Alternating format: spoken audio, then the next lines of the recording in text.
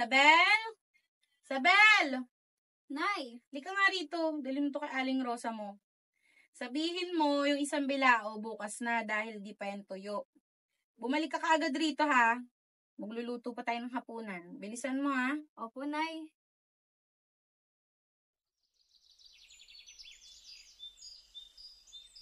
Aling Rosa? Aling Rosa? Pinabibigay po ng ina itong mga tuyo. Isang? Isang! Butik na ba rito at may maganda akong balita para sa'yo. Akin na lang muna to at ako na magpapatong ang likod. Ano ba yun? At madaling-madali ka.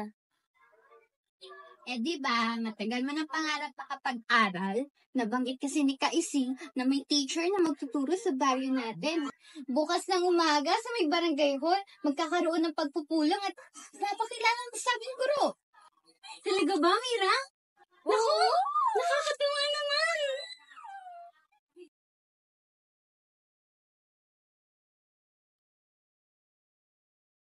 Oh!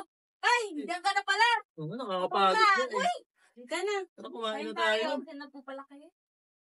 Kain na tayo. Tara, kumain na tayo. Nakakapagod sa laot. Kami bang huli? Sakto lang. Siya nga pala, Agnes, meron daw pagpupulong sa barangay patungkol sa lupain natin dito. Maaga daw yun, kaya siguro doon mong gumising na maaga. Tsaka yun dyan sa tindahan, umorder ng tuyo at saka daing. Bayad na yun. Pakidala mo na lang rin bukas. Oo, naihanda ko na rin yung mga isda. Tsaka nabanggit rin sa akin nila Rosa yung tungkol ba dyan sa rentahan ng lupa? Kaya kayo Jade, Sabel, bukas maaga kayong gumising ha. Samahan nyo kung dalhin yung mga isda. Tapos pumunta tayo ng barangay. O ikaw, Jade, samahan mo nanay mo at marami-rami yung bibit-bitin nyo. Ba't takot, Tay? Ang bigat-bigat ng mga yun eh. Magsasalansan nila ako ng daing at tuyo dito. Sabel na lang utusan nyo. Wala naman silbihan dito eh. O siya, sige na. Kung sino na lang sa inyong dalawa. Basta agahan nyo gising nyo ha. Ikaw, Sabel, agahan mo gising mo. Sige po, Nay.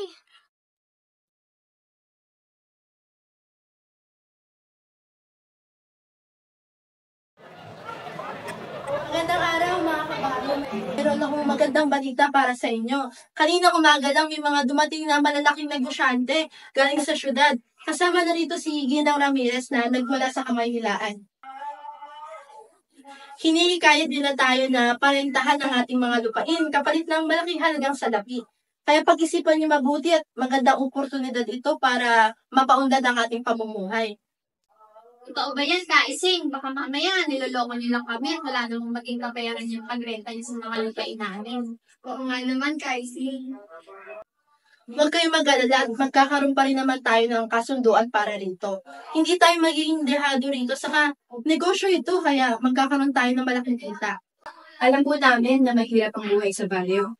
Na ang pangisda, pagtutuyo at pagdadaing ay hindi laging sapat upang maitaguyod ang inyong mga pamilya. Kaya naman nais po namin kayong bigyan ng pagkakataong umunlad. Dahil pareho naman po natin itong maipapakinabangan. Napakasimple lamang po ng aming alok. Kami po ay magtatayo ng isang malaking pabrika ng isla dito sa inyong baryo. Sa pamamagitan nito ay hindi nyo na ho kailangan pang mahirapang mga isda dahil bibigyan po namin kayo ng trabaho sa aming kumpanya. Lalaki raw, wala pa ko ganun ng kakataong yan. Paano naman ang aming lupain? Huwag po kayong mag-alala dahil may kabayaran po ito. Kahit na direntahan po namin ang inyong lupain, ay makakatanggap pa rin po ang bawat pamilya ng tig sa 10,000 piso at isang tahanan na mayroong isang palapag. 10,000? Napakalaki nun. Mas mainam na ngayon kaysa naman araw-araw na yung mga bang may kikitain na tayo sa palengke. Isang bagong bahay? 10,000? Parang masyadong maganda para hindi tuloy, di ba? Alam ko kung marami kayong mga tanong, pero huwag sana natin palampasin ang mga ganitong oportunidad. Pag-isipan nyo mabuti. Narito po ang kasulatan ng ating kasunduan.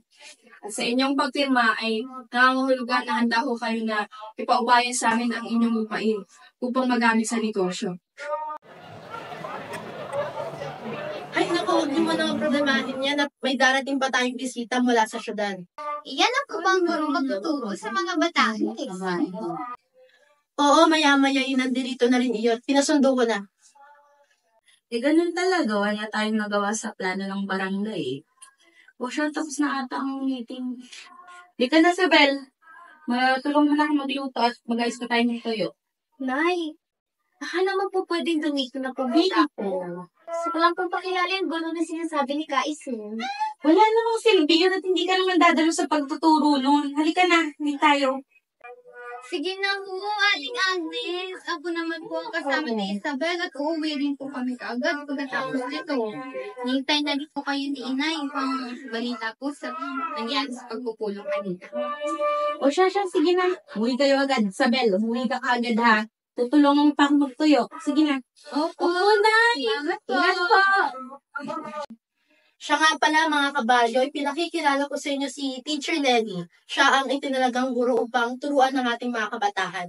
Titingnan ko muna kung nandiyan na siya. Nandiyan na pala siya. Magandang araw po. Magandang araw.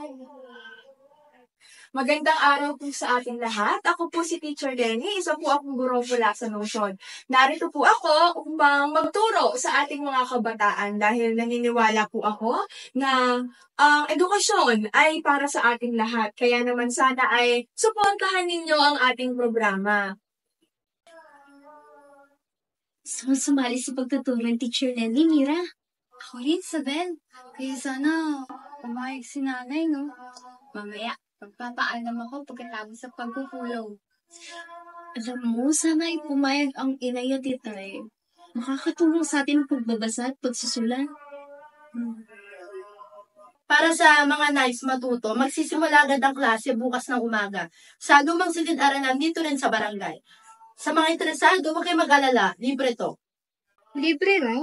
Ano naman ang mapapala ng mga anak namin sa pag-aaral? Hindi naman nila kailangan yan para sa pang-araw-araw na buhay, no? Tama, ang importante, marunong silang mangisda at magtuyo ng isda. Naiintindihan ko naman po ang inyong mga pangamba, ngunit dapat po nating tandaan na hindi lang ito patungkol sa pagbasa at pagsulat, dahil ang edukasyon ay patungkol sa pagkakaroon ng magandang kinabukasan. Gutom na ako. Oh, Isabel! Ay, pa pala yung inay. Paano ka na? Sana pumayag ang inay, Mira. Talagang mag-aral. Inay! Oh, ito na naman pala tong mga batang to. Sabel, bilisan mo nga. Tutulong mo pa akong magluto at maganda ng tuyo. Nay, narinig niyo po ba yung sinabi ni Teacher Len kanina? Oo, Sabel. At wala akong pakialam doon. Wala namang kwenta mga sinasabi nun eh. Hindi naman ho ito walang kwenta, Aling Agnes. Makakatulong po ito sa mga katulad namin ni Isabel. Hindi ko pinapayagan si Isabel, Mira. Kung gusto mong dumalo ron, ay ikaw na lang. Kailangan si Isabel sa bahay namin.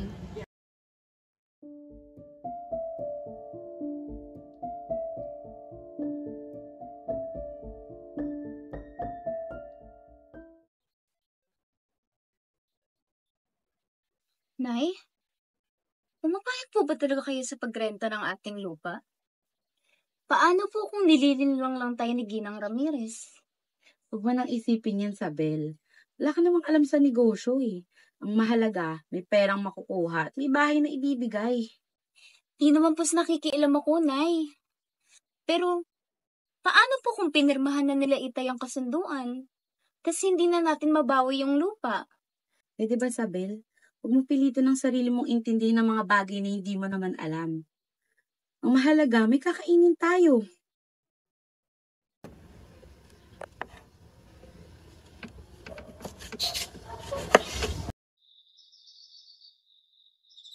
O Agnes, kamusta ang pagpupulong sa barangay? Nakinig ka ba na maayos? Oo, ganun pa rin naman. Tungkol pa rin sa pagpaparenta ng lupa. Katulad ng sinabi sa atin ni Kaising. Kaya mukhang desidido na sila Berto na iparenta lupa nila eh. Pero masyado pa maaga para pumirma. Gawa ng wala namang maayos na kasunduan. Tay, may pagpapaalam po pala ako sa inyo. Sana ho'y huwag kayong magalit. Sabel, Agnes, Sabel, ano ba yon? Tay, gusto ko po kasing mag-aral. di ba sinabi ko na ayokong pumayag? Bakit bang tigas ng ulo mo, Sabel? Tingnan mo nga yung ate mo. Nandito lang sa bahay, tumutulong sa amin ng tatay mo. Pero, Nay, Kumalma ka muna, Agnes. Ikaw naman, Sabel, ba't mo naman naisipan pa mag-aaral? At kung sakali, saan ka naman mag-aaral? Paano ba naman kasi may pinakilala kanina si Kaising na guro sa barangay? Hindi kahit yung mga kabataan na dumalo rin sa pagtuturo niya. Sa nakikita ko, hindi naman nakakatulong yun sa pamumuhay natin dito. Naku, Nay, baka tinatamad lang si Isabel tumulong dito kaya gustong pumunta dun. Hay nako, basta tapos na yung diskusyon na yan. Ayoko nang marinig yung pag-aaral-aral na yan, Sabela. Tigilan mo ako dyan.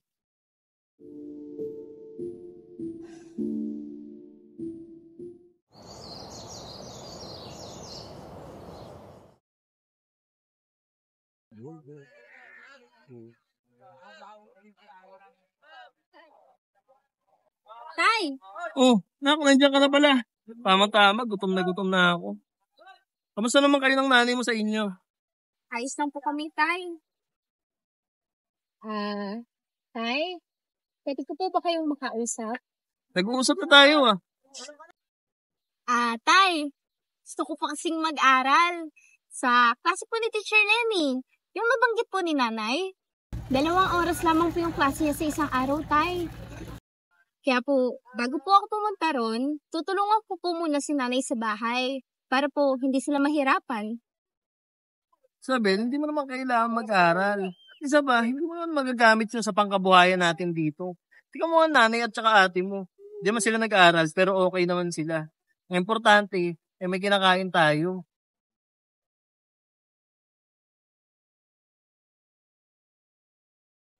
O siya, sige Isabel, papayagan na kita.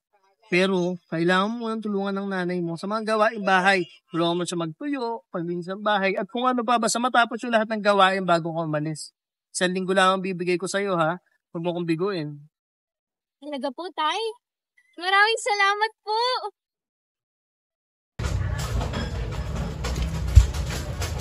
Mira? Mira! Aling Rosa, andyan ho ba si Mira? Sabel, ikaw pala yan.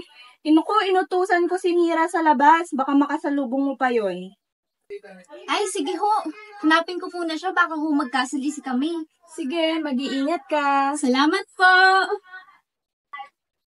Hoy, Isabel, anong ginagawa mo dito? Alam mo ba? Hiniyagan ako ng itay. Talaga? Naku, saya naman. Mamayang hapon, bumalik ka dito para mabigyan kita ng papel at lapis na magagamit mo, ha? Pero 1 linggo lang binigay sa akin ng itay. Di bale na. Baka makumbinsi ko pa silang dalawa ni inay. Sige na. Babalik na lamang ako rito mamaya at tutulungan ko muna ang inay sa bahay. Sige, tama.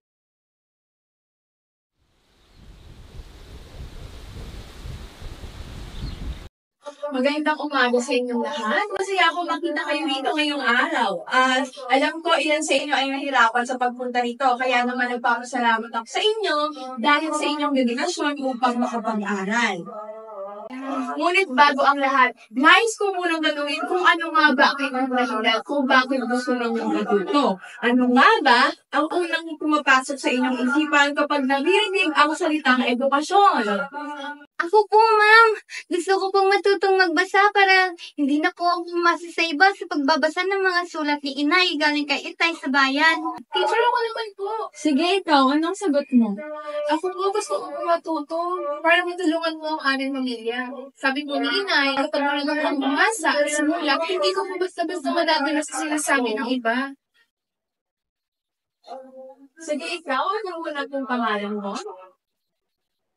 Ako po si Isabel, ma'am. Gusto ko po matuto para po malaman ang mga bagay na hindi ko pa alam. Tama, napakaganda ng inyong mga kasagutan. Ang edukasyon ay hindi lamang patungkol sa pagbasa at sa pagsulat. Ito rin ay patungkol sa paggunawa at sa paggawa ng mga matatalinong desisyon. Ngayon, ayan ang nais ko inyong maghihingan ngayong araw.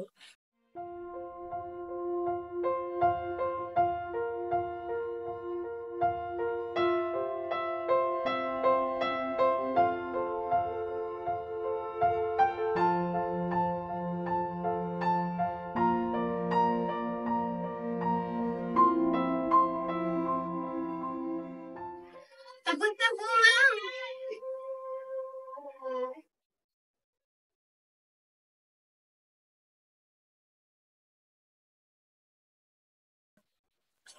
Isabel, Tay! napapansin ko parang madalas kang lumalabas itong mga nakarang araw ah. Ano ang pinagkakaabalahan mo? Hindi ba't lagpas ng 1 linggo simula nung nagpaalam ka na papasok ko dun sa klaseng sinasabi mo? Opo, Tay. Tama po kayo. 1 linggo na po, gaya ng napag-usapan, kaya hindi na po pumupunta ron. Sa ngayon po, tumutulong po ako kay Mira mag-igib ng tubig o magluto ng pagkain sa kanila. Kaya po ako ginagabi. Sigurado ka ha? Ayos lang naman na tulungan mo si Mira, pero huwag mong kakalimutan yung gawain mo sa bahay dahil kailangan ka ng inay at ate mo. Opo, Tay. Masyali ka na.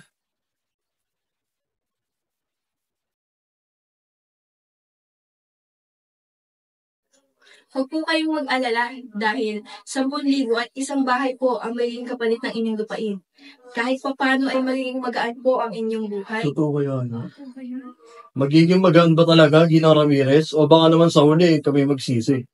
Natural lamang po na matakot kayo. Pero isipin niyo po, kung kayo po ay papasok sa aming kumpanya, ay hindi na po kayo mahihirapan pang pumalaot. Pero paano kung mawala ang trabaho sa pabrika? Ano na ang gagawin natin? Oo nga. Kaya nga ho, pinag-uusapan natin ito. Huwag kayo magpadala sa takot. Maniwala kayo, ito ang daan patungo sa magandang kinabukasan.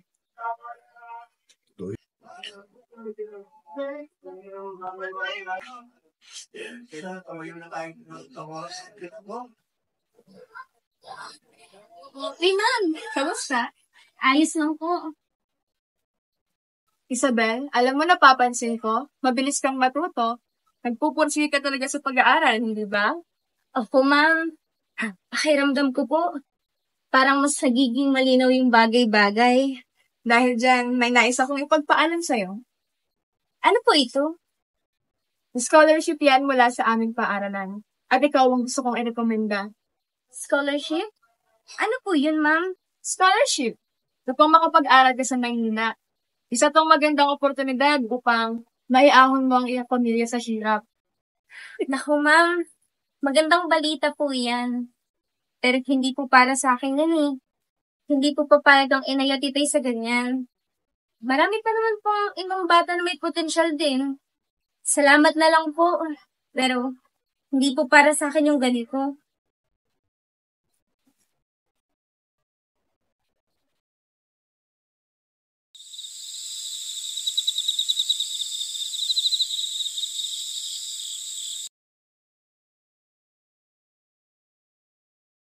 Scholarship yan mula sa aming paaralan. At ikaw ang gusto kong irekomenda.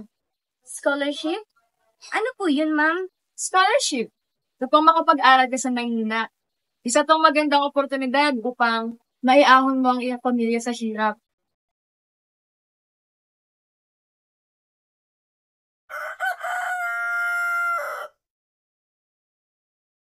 Agnes? Mare! Mare, bakit? Nandito kami. Uy, Tess, nandiyan ka rin pala. Oo, bumibili nga ako ng tiyo kay Agnes. May migay kasi ako ng sobra naming delata. O, paano naman ako? Siyempre, meron ka rin. Alam mo naman, mahilig akong mamigay ng sobra namin. Salamat dyan, ha. Naku, nag-abala ka pa. Ikaw talaga. Halika mo po ka. Saka nga pala, buti na lang pinayagan mong mag-aral si Isabel. Tuwang-tuwa si Mira. Kanina sa tindahan, pinabasa ni Ka Pedro yung mga sulat niya. Buti na lang pinayagan mo. Ano? Anong sabi mo, Rosa? Na magaling nang pumasa si Isabel. Sabi nga ni Ka Pedro, hindi na niya kailangang ipabasa yung mga sulat niya sa iba. Saan naman niya natutunan yung pagsusulat at pagbabasa na yan? Sa klase ni Ma'am Lenny, hindi mo ba alam? Hindi. Halika na nga, Tess. Ibibigay ko na yung mga dilata mo. Kasi ang ingay mo, teka lang yung tuyo. Mamaya na yan. Lintik talaga tong si Isabel. Pinapasak pa yung ulo ko eh.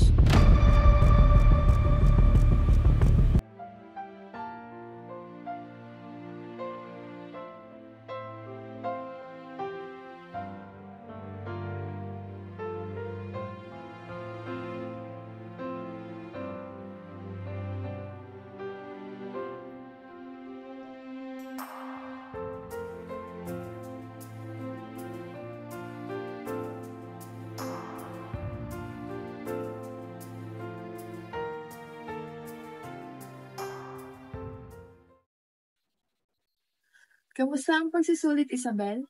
Kinakabahan po ako, ma'am. Sana tama ang mga naisagot ko. Salamat na po pala ulit.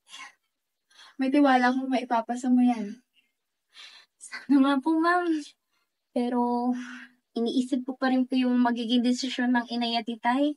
Sana huwag silang tumutol. Tungkol sa bagay na yan, Isabel, gusto mo bang samahan kita na kausapin ng mga magulang mo? Naku, ma'am. Huwag na po muna. Hindi pa po ito yung tamang oras para dyan. Baka po magalit ang inay. Itatago ko po muna ito. O sige, kung yan ang desisyon mo, halika sabihin na tayong umuwi. Sige po. Siya nga pala, Isabel. Nakapunta ka na ba sa kabilang baryo? Noong nakaraang araw ay naroon ako. Maraming pagkain at maraming pwedeng puntahan. Gusto mo bang sumama? Hindi pa po, mami.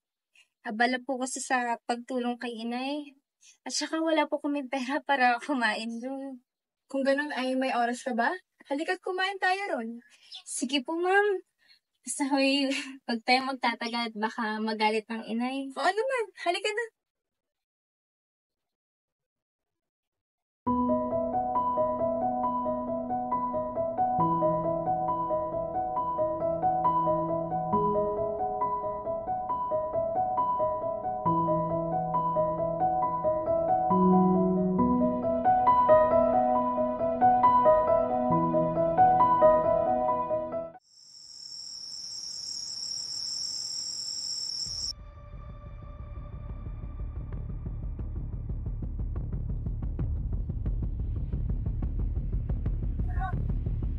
Nay?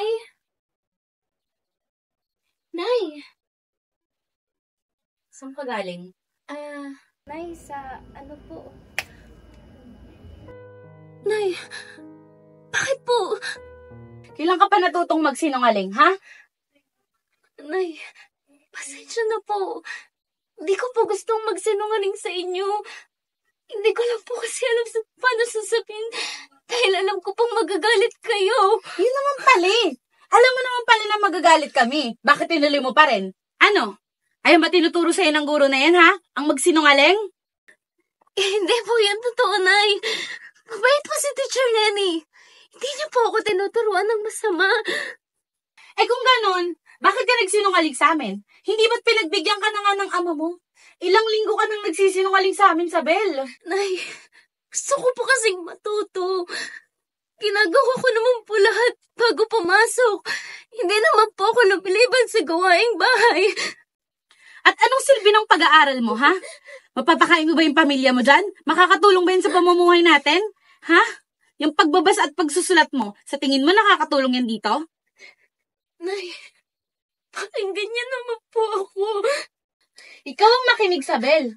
Simula nung pumasok ka rin sa Teacher Lenny niyan, sinusuway mo na kami ng ama mo. Isa-isang utos na nga lang sa'yo, sinuway mo pa. Simula ngayon, hindi ka na pwedeng pumasok dun sa Teacher Lenny niyan, ha? Tigilan mo yung kalokohan mo. Hindi po ito kalokohan, Nay. Isabel, matagal ko nang sinabi sa'yo, hindi ba? Hindi mo na kailangan pumasok sa klase na yan. Pero ang tagas ng ulo mo. At ngayon, natututo ka ng sumagot sa akin. Ayan ba natututunan mo dyan sa pag-aaral na yan? Ayan ba tinuturo sa'yo ng pinagmamalaki mo si Teacher Lenny, ha? Oh, Agnes, ano ba nangyari dito? Ba't nagsisigawan kayo? Oh, ayun na pala yung tatay mo eh. Amado, tong magaling mong anak, dumadalo pa rin pala sa pagtuturo ni Ma'am Lenny. Kita mo na, natututo yung batang yan magsinungaling sa atin. Totoo ba yun, Sabel? Akala ko ba nagkakaintindihan na tayo? Akala ko ba 1 linggo lang? Hindi ba't sinabi mo na susubukan mo lang kaya kita pinayagan? Pero anong ginawa mo? Niloko mo kami. Nay, hindi po ito tungkol sa pagsuway. Gusto ko lang pong kumbinsihin kayo na may mas malaking mundo sa labas ng baryong to. May oportunidad pong mabibigay sa akin si Teacher Lenny. Pwede po ako makapag-aral sa Maynila. Sa malaking paaralan. Hindi po ba maganda yun? Ano? Sa Maynila? Nais mo pa talagang lumayo. Ano pa bang kulang sa buhay mo rito, ha, Isabel? Hindi mo ba nakikita kung paano kami magsumikap ng iyong ama para sa inyong magkapatid? At ngayon, ikaw ba may ganang magsabi na iwan mo kami? Para saan? Para sa pangarap mong walang kasiguraduhan? Nay, minahon po muna kayo. Hindi, Jade! Hindi mo ba nakikita yung inaasta ng kapatid mo? Dahil sa mga natututunan niya, lumalaki ang ulo mo at sinusuway mo na kami ng ama mo. Isabel, itigil mo na yung kaibangan mo. Wala kang mapapala sa pangarap mong yan. Hindi ako lumalaki ang ulo ko. Gusto ko lang pong kumbinsin, kaya nasubukan ko to. Hindi pa ako lalayo para takasan kayo. Gagawin ko po ito para sa pamilya natin, Nay. Isabel, alam mo anak, ang mga babae dapat hindi na mag-aral. Dahil sa uli, mag-aalaga ka lang din naman ng iyong mga anak at gagawa ng gawaing bahay. Sayang lamang yun sa oras. Ay, paano niyo po nasasabi yan? Hindi ba't kahit minsan nangarap din po kayo? Hindi ba't kahit minsan ginusto niya rin pong may marating sa buhay? Bakit po ninyo ako pinipigilan? Hindi mo naiintindihan, Isabel. Hindi mo naiintindihan kung gaano kasakit ang mabigo. Hindi mo naiintindihan kung paano masaktan sa pangarap na hindi kailanman natupad. Kaya huwag mo nang subukan. Agnes? Kayong hindi makaintindi, Nay. Bakit hindi niyo po maintindihan na ito yung nakakapagpasaya sa akin? Bakit mo kapag sinabi kong gusto kong matuto, parang isang malaking kasalanan? Bakit mo kapag sinabi ko gusto kong malaman yung mas malawak na mundo, parang na malaman ako sa inyo? Hindi mo naiintindihan, Isabel. Wala kang alam sa hirap ng buhay. Ang mahalaga ngayon, may kinakain tayo araw-araw. Hindi importante ang edukasyon. Hindi po yan totoo, Nay. At anong gusto mong mangyari ngayon, Sabel? Pagpapatuloy mo yung kalokohan na yan, tapos iwan mo yung responsibilidad mo dito sa bahay? Hindi po. Gusto ko pong makatulong. Pero, hindi lang po sa pamamagitan ng pagtutuyo ng isda, paglalaba. Gusto ko pong matutong bumasa, magsulat. Alamin yung mga bagay na hindi ko pa po alam. Para sa sarili ko. Para sa pamilya natin. Sabel, wala akong panahon para sa mga gantong bagay. Alam mo naman na ang buhay natin ay hindi isang pangarap lamang. Kung gusto magpatuloy sa mga bagay na gusto mong gawin, may panahon para dyan. Pero sa ngayon, makinig ka muna sa amin ng nanay mo. Tapos na ang usapan na to. Talaga ako maintindihan. Isabel, bumalik ka rito!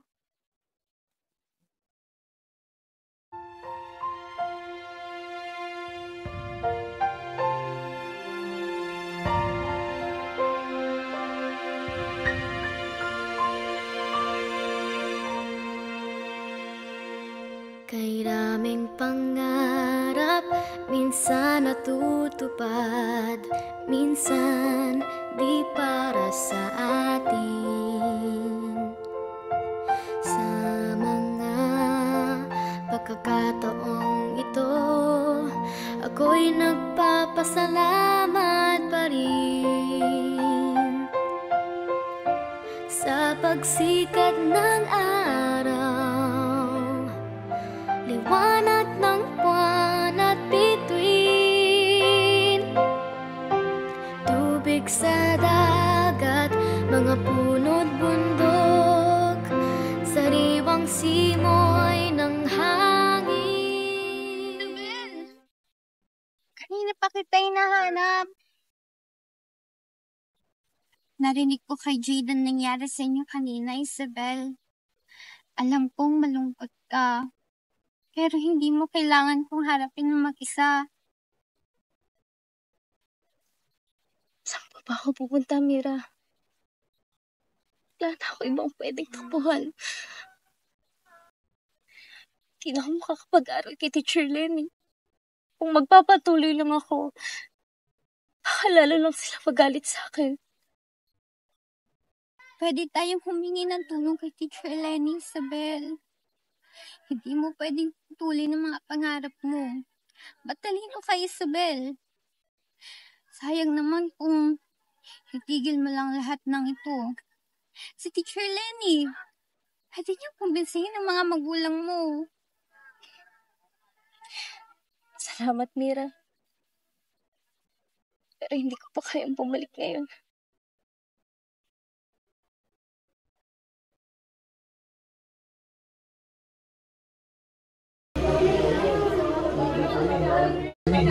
Mga kabaryo, ito na ang pagkakataon natin. Sa inyong pagpirma, hindi na kayo mag-aalala kung saan kayo kukuha ng panggastos niyo sa pang-araw-araw. Lumapit lang kayo nang masimulan na natin. Ito, dito sa baba. Dito kayo pumili.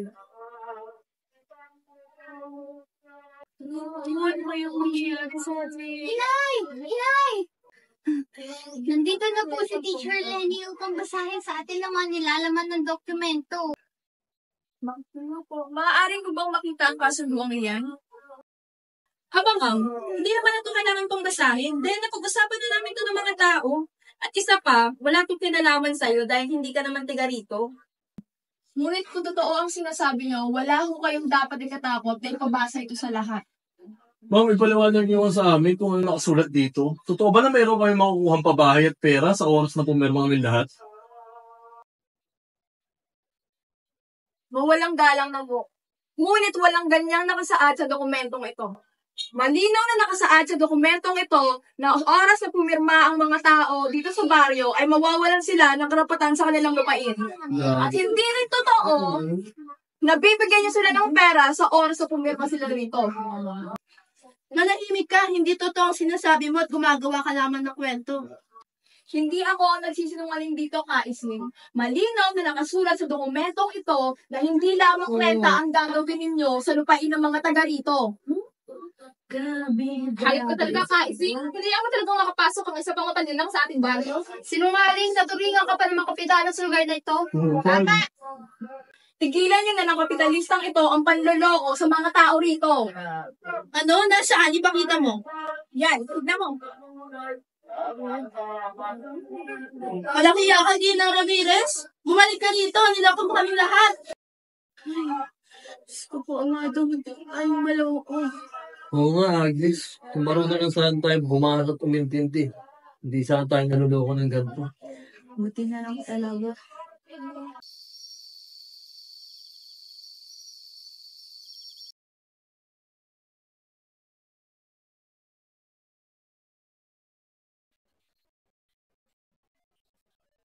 Oh, Nay. Bakit gising pa po kayo? Isabel, anak. Gusto ko lang sanang humingi ng tawad sa'yo, anak. Hindi dapat namin hinaglangan ang mga pangarap mo, anak. Pasensya ka na kung hindi ka kaagad namin iintindihan ng tatay mo. Kasi hindi naman kami nakapag-aral. Tapos na po yan, Nay. Huwag niyo na iisipin. Nagpapasalamat po ako sa inyo ni Itay sa kasipagan niyo at natataguin niyo yung pamilya natin.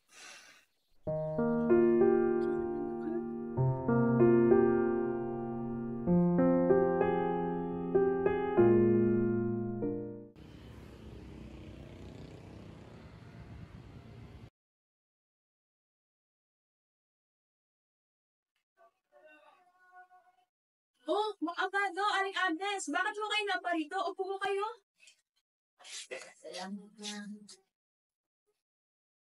Ma'am, nandito po kami para hingin ng pagpasensya yung naging akto namin sa pagdalo ni Isabel sa klase niya, ma'am. Tsaka pasensya na po kung hinadlangan namin siya mag-aaral. Naku, wala mo kayong dapat ihingi ng tawad. Naiintindihan ko po ang inyong sitwasyon. Ako, maraming salamat po talaga sa pag-unawa, ma'am. Siya nga po pala, tungkol po doon sa sinasabi ni Isabel na scholarship. Nais po sana namin malaman ang ibang mga detalye. Pinayagan niyo na ho ba siya? Opo, ma'am.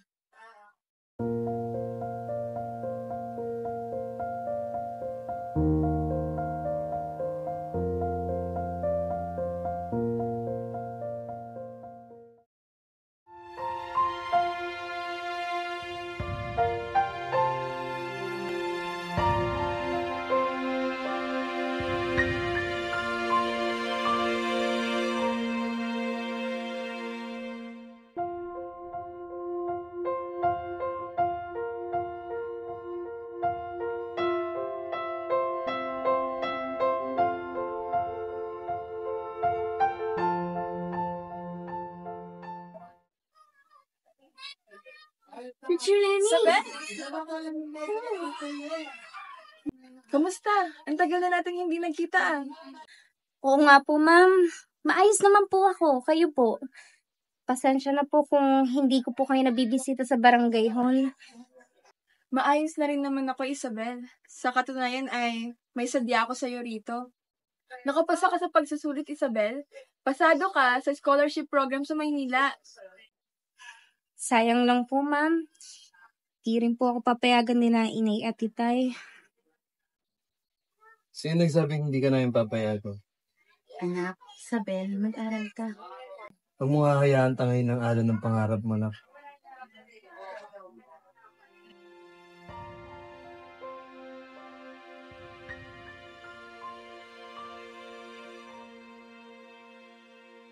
Kay daming pangarap, minsan natutupad. Sarap talaga ng luto mo, Nay.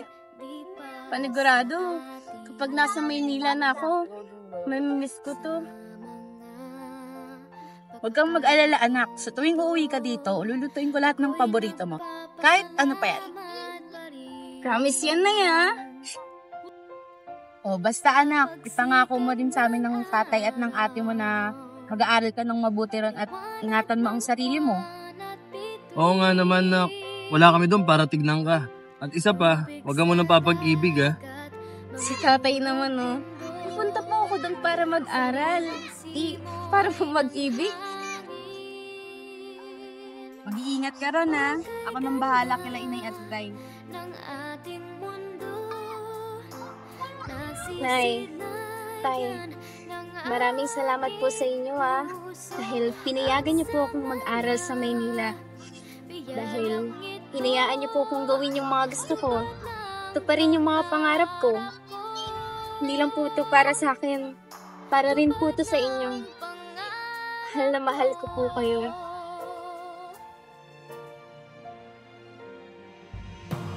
Mga bituin sa kalangitan, kailangan bang abutin?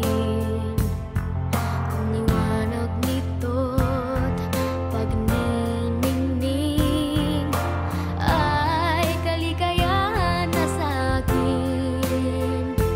Bahaghari pagkatapos ng ulan,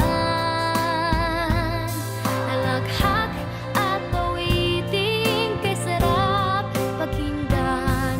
Mga taong mabait at mapagbigay, yakap at ngiti ng mahal sa buhay. O kay ganda ng ating mundo, nasisilayan ng aking puso. At sa mga biyayang ito, tupad ng pangarap ko. Tupad ng pangarap ko.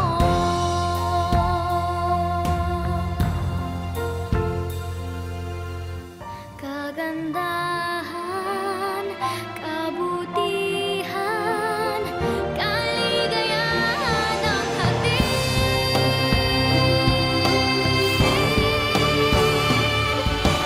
O kay ganda ng ating mundo, nasisilayan ng aking puso. At sa mga biyayang ito, tupad ng pangarap ko. Tupad ng pangarap ko. Kay ganda ng ating mundo. O kay ganda ng ating mundo, tupad ng pangarap ko.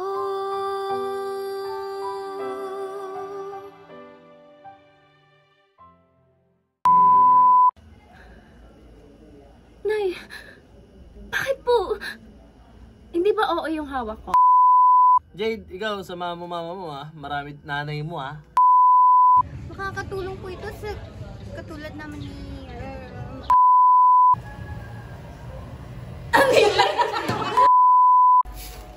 Bel, ikaw ba yan? Ay, mali. Alam mo ba? Piniyagan ako ng itay. Talaga?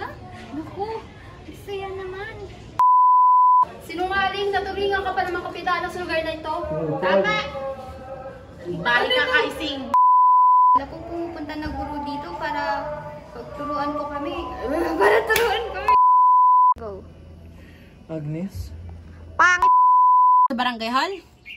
Cut. Talaga ba? Oh! Naku! Nakakatuwa naman, Mira! Nay, sa ano po? Kailan ka pa natutong magsinungaling, ha? Ano mo Ay, putang Sabihin mo ha, mukalimutan. Opo.